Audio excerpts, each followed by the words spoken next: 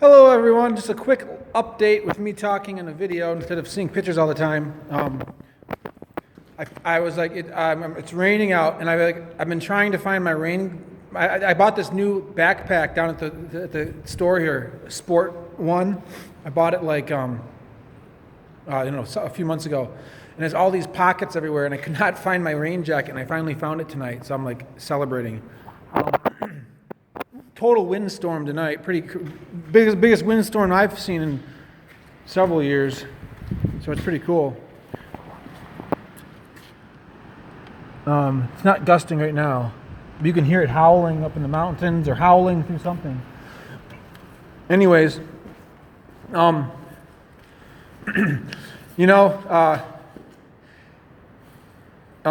this is a good one. The brochure, like I'm gonna be like up there, where Emily Rydell might sing her opera, and Bonobo Winery might serve some wine. That's also where they're gonna have the literature festivals. A Norwegian American author wrote a book and has pictures in it about his travels in the Southwest. I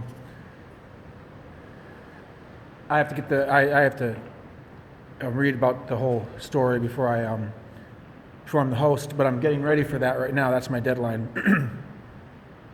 So they were here today. The person who's in charge of it all is here today, and what happens quite often is my name is spelled wrong. Okay, and I wanted to show all you guys on Facebook the brochure and how they have my name in there with participating in this.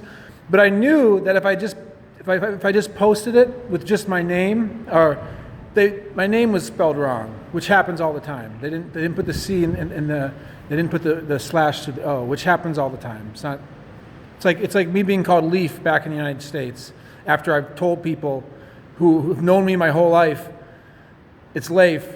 And they've called me Leif my whole life, and then all of a sudden they start calling me Leaf. It's not a big deal. But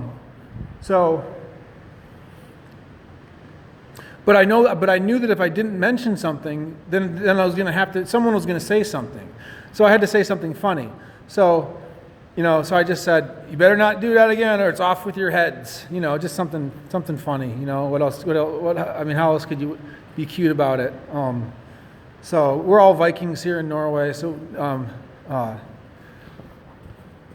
it's a really cool thing that I'm in this literature festival. It's a really big deal out here. It's the biggest festival in Oda, and I know a lot of people up in Leelanau County aren't a lot of, they don't read a lot, but in Norway there's a different sense of the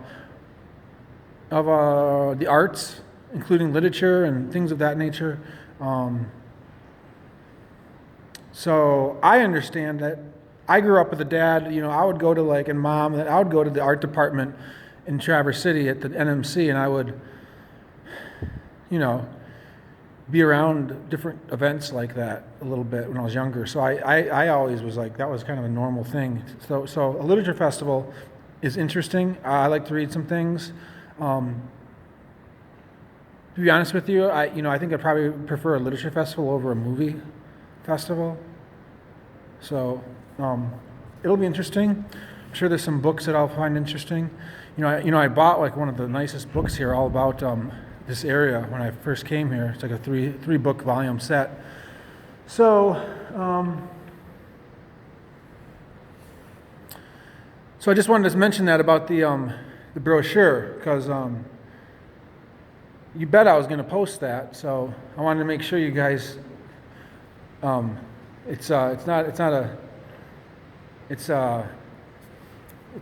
For anyone to spell my name wrong, it's not unusual. Spork is not a common Norwegian name.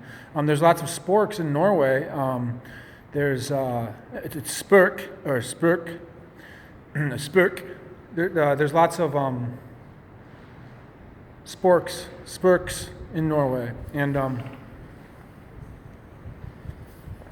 it's interesting because a lot of times they when I tell them it's a slash through the O, or maybe they already know that it's a slash through the O. I don't know, but they'll say that's German. And I don't know why they say that. I don't know why they get that. Because the guy I was buying the truck from, he thought it was German. He thought it was the 2 dots over the O right away, like it was German. And because they do that in Germany and they do that in Sweden. But I don't know why. I mean, I don't know why that is what they think of. Maybe they've been looking at my posts and see how I use that sometimes, and maybe they think that I don't want to use it because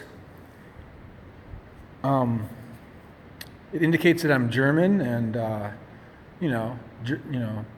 nothing wrong with Germans, of course, but my grandpa always used the 2 dots over the O, and I explain it because my great grandfather had his beverage company. The Danish also used the 2 dots over the O, so there was a lot of Danish influences in the languages, 100 years ago.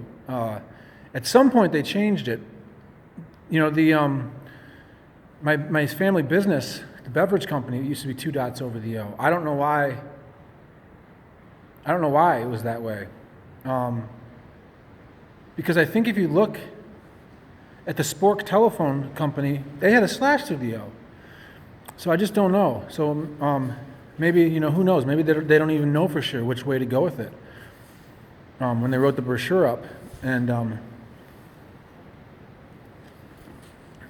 maybe it was before I made the signs even, because some of my signs had the 2 dots and the slash. So you just got to I let that stuff go. So doesn't matter to me. So the off with your head. That's an old joke.